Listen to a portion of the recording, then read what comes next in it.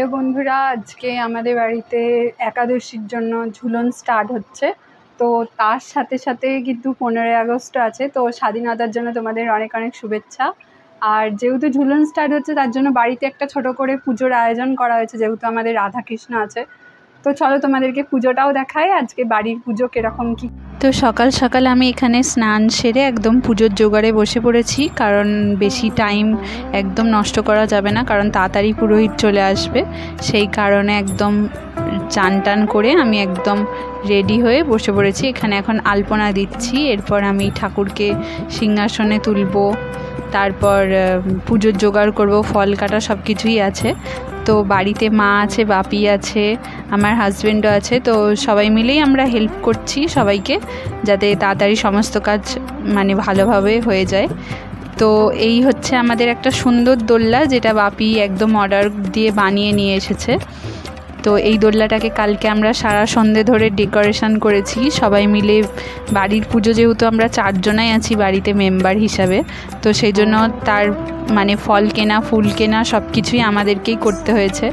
আর এই হচ্ছে আমার ছোট্ট ছোট্ট একদম রাধাকৃষ্ণ, এগুলো আমি আমার বাপের বাড়ির দেশ থেকে এনেছি, নবদ্বীপ থেকে। তো এর সাথে একটা পুচকে গোপালও আছে, যাকে সাজিয়েছি আমি। আর এই রাধাকৃষ্ণগুলোকেও সাজিয়েছি ঝুলন হিসাবে। নতুনত্ব ড্রেস পরিয়ে ভগবানকে এরকম সাজাতে তো সবারই ভালো লাগে। তো যারা যারা এখনও ঝুলন উৎসব করো না, তারা চেষ্টা করো করার, কারণ আমরাও ছোটোবেলায় করেছি এরকমভাবে সুন্দর করে রাধা মাধবকে সাজিয়ে দোলনাতে দোল খাওয়ানোর। তো ছোটোবেলার জিনিসগুলো এখন বিয়ে হয়ে গিয়েও চালিয়ে যাচ্ছি, যাতে এগুলো না কখনো হারিয়ে যায়। তো ঝুলন কখন কখন শুরু হচ্ছে সেগুলোও তোমাদেরকে অবশ্যই বলে দিচ্ছি এই ভিডিওটার মাধ্যমে। তো ঝুলন বা শ্রাবণী পূর্ণিমা বলা হয়ে থাকে এই উৎসবটাকে। তো ঝুলন যাত্রা শুরু হয় এবছরে 2024 সালে 16ই আগস্ট, 31শে শ্রাবণ 1431 বাংলার আর শুক্রবার এই 6টা 5 মিনিট থেকে স্টার্ট হবে। আর শেষ হবে ঝুলন পূর্ণিমা 19শে আগস্ট, 2রা ভাদ্র পড়ছে বাংলার সোমবার 9টা 33 মিনিটের মধ্যে এটি শেষ হয়ে যাবে। যেদিন রাখি পূর্ণিমা উৎসব পালন করি, দাদা ভাইদেরকে রাখি পরায়, তো সেই দিনকেই হচ্ছে মেন ঝুলন। অনেকে সেই দিনটাকেও যারা 5 দিন ধরে না পালতে পারে, তো সেই দিনটাতেও অনেকে ঝুলন সাজিয়ে থাকে। তো রাধা মাধব যাদের ঘরে আছে বা ছোট গোপাল যাদের আছে, তারা এইভাবে ঝুলন নিশ্চয়ই পালন করো, এতে সবারই মঙ্গল কামনা পূর্ণ হবে, তাদের ইচ্ছা পূরণ হবে। তো বিশেষ করে চাইবে সেই দিনগুলোতে হলুদ রঙের পোশাক পরাতে ঠাকুরকে, হলুদ, লাল, নীল এই ধরনের পোশাক পরাতে। তো এইভাবেই ঝুলন উৎসব করে। আর বাড়িতে তোমরা দেখতেই পাচ্ছ এরকম ফুল দিয়ে দোলনা দিয়ে সাজিয়ে ঠাকুরকে ভোগ নিবেদন করতে হয়। আর সবাই জানে যে ঠাকুরকে একদম কাঁচা কাপড়ে শুদ্ধ বস্ত্রতেই ফুল টুল দিয়ে একদম পুজো পার্বণ করতে হয়। তো এগুলার নতুন করে কিছু বলার নেই। তো তোমাদেরকে গল্প বলতে বলতে এদিকে আমার পুজোর কাজও কিছুটা অনেকটাই এগিয়ে গেছে। আর আমরা কিন্তু শুধু রাধাকৃষ্ণ নয়, আমরা বজরাঙ্গবলীটাকেও আজকে প্রতিষ্ঠা করব। যেহেতু আমাদের এই বজরাঙ্গবলীটা পিতলের, একদমই প্রতিষ্ঠা করা হয়নি, সেজন্য আজকে ঝুলনের দিনকেই আমরা প্রতিষ্ঠা করব। আমরা রাধা মাধবকে এনেছিলাম আগের বছর, 2023 সালে। তো এবছরও পুজো করব, আগের বছর প্রতিষ্ঠা করা হয়েছিল তার এই ঝুলন পূর্ণিমাতেই, তো সেই জন্যই এবছরও পুজো করছি। আর নানা ধরনের মিষ্টি এনেছি, যেগুলো আমরা সবাইকে দেব আর কি ভোগ হিসাবে। তো ঠাকুরের জন্য এইসব মিষ্টি, ফল টল সব কাটা একদম রেডি। তো এবার শুধু ব্রাহ্মণ আসার অপেক্ষা।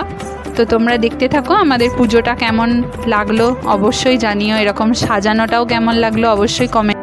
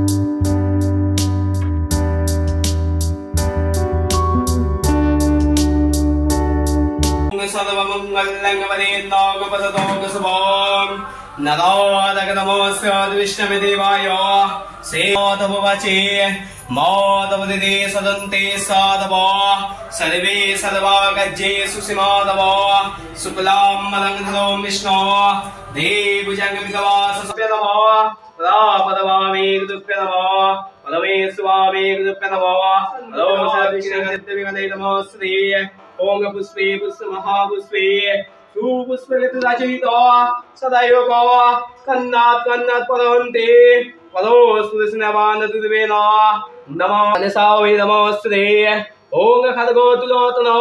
রাধা কৃষ্ণের যেমন রাসলীলা, তারপর দোল উৎসব এইসব রয়েছে, তো তেমনই তাদেরই মতন একটি উৎসব হচ্ছে ঝুলন যাত্রা, যেটা হিন্দু ধর্মে খুবই প্রচলন আছে, কিন্তু অনেক মানুষ জানে অনেক মানুষ জানে না। কিন্তু এই ঝুলন যাত্রাকে কেন্দ্র করে কিন্তু রাধা কৃষ্ণের প্রেম শুরু। এমনকি দোল্লায় যে রাধাকে নিয়ে কৃষ্ণ নিধিবনে দোল খেত, গোপীদের সাথে নৃত্য করতো, এই সব কিছুরই একটা মেলবন্ধন রয়েছে এই ঝুলন যাত্রার মাধ্যমে। তারপরেই ছিল জন্মাষ্টমী, তো ফার্স্ট ছিল ঝুলন যাত্রা। তো আমরা এইভাবেই বাড়িতে পুজো অর্চনা করেছি রাধাকৃষ্ণকে একসাথে দোল্লায় দুলিয়ে। তো চেষ্টা করো যারা যারা 5 দিন না করতে পারবে, তো রাখি পূর্ণিমার দিন যেদিন পূর্ণিমা সেটিকেই মেন ঝুলন যাত্রা হিসাবে বলা হয়।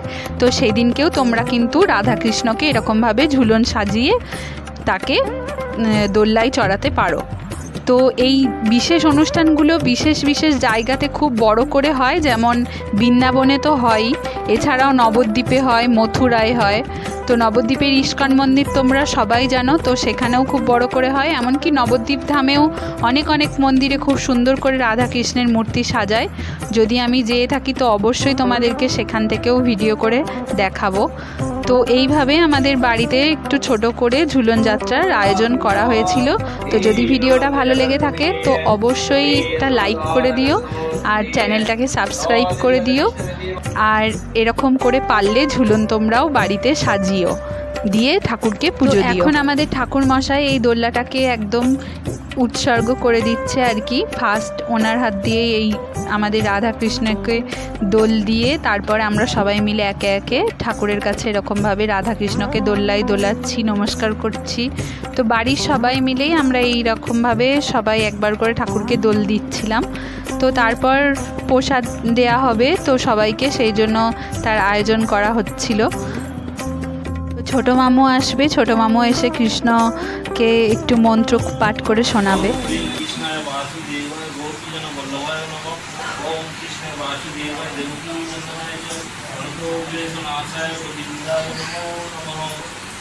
কৃষ্ণ করুণা সিন্ধু দীনবন্ধু জগৎপতে গোপীশ রাধাকান্ত নমস্তুতে তপ্তকঞ্চন গৌরাঙ্গী রাধা বৃন্দাবনেশ্বরী বিশ্বভানু সঞ্জয় যদা যদা হি ধর্মস্য। আমাদের ঘরের পাশে দুটো পুচকে আছে, তো ওরাও এসছে এই ঝুলন দেখতে, রাধা কৃষ্ণকে নমস্কার করতে। তো ওদেরকে আমরা একটুখানি দোল্লাই বলেছি যে দোল্লাটা একটু টেনে দাও, তো ওরাও দোল্লা চড়াচ্ছিল, রাধা কৃষ্ণকে খুব আনন্দ পেয়েছে। তো আবারও বলে থাকি, যদি আমাদের ভিডিওটা ভালো লেগে থাকে তো অবশ্যই লাইক কমেন্ট সাবস্ক্রাইব করো, আর চ্যানেলটাকে প্লিজ একটা সাবস্ক্রাইব করে দিও, তাহলে এরকম নতুনত্ব অনেক ভিডিও দেখতে পাবে। আমরা এইভাবে ঝুলন উৎসব পালন করি আমাদের বাড়িতে। যদি তোমাদেরও ভালো লেগে থাকে আমাদের এই উৎসব বা পুজো যদি ভালো লেগে থাকে অবশ্যই লাইক শেয়ার অ্যান্ড সাবস্ক্রাইব করে দিও। আবারও তোমাদের সাথে দেখা হবে একটা নতুন ভিডিও নিয়ে, ততক্ষণের জন্য টাটা।